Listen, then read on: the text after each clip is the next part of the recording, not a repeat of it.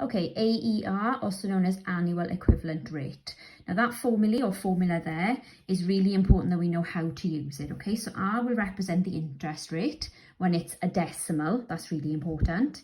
N is the number of periods it occurs within a year, okay? So we look at our first one, banana, so that's how you say it. So we're looking at the interest rate there, which is 3.85. So you divide that by 100, you'd have a calculator, that gives you 0.0385. So that's our R, okay? That is our interest rate. N is the number of times this section or that thing happens in a year. So paid monthly, well, there are 12 months in a year. So that gives us N, and then we substitute everything into that formula, okay? So everything is going to go in here. So 1 plus 0.0385 divided by N, which is 12, all to the power of N, and then we take away 1, okay? That will then give us on the calculator 0.0392. Now, as a percentage, don't forget you will have to multiply that by 100. That will give you 3.92%.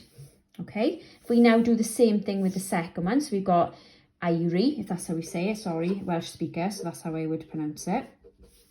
We do exactly the same thing, divide this number by 100, we say 0.0386, so that's our interest rate, that's R. Then we've got interest paid every 6 months. Well, how many times does 6 months happen in a year?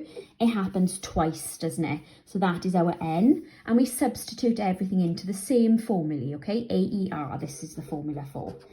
Okay, substituting that in. So let's move this down. So you'll have 1 plus 0.0386 divided by 2, all to the power of 2, and then we take away 1, don't we? Yeah, at the end. Substitute all of that in your calculator, you get 0.0390. So you have 3.90, 3.9 would be the percentage when you multiply that by 100.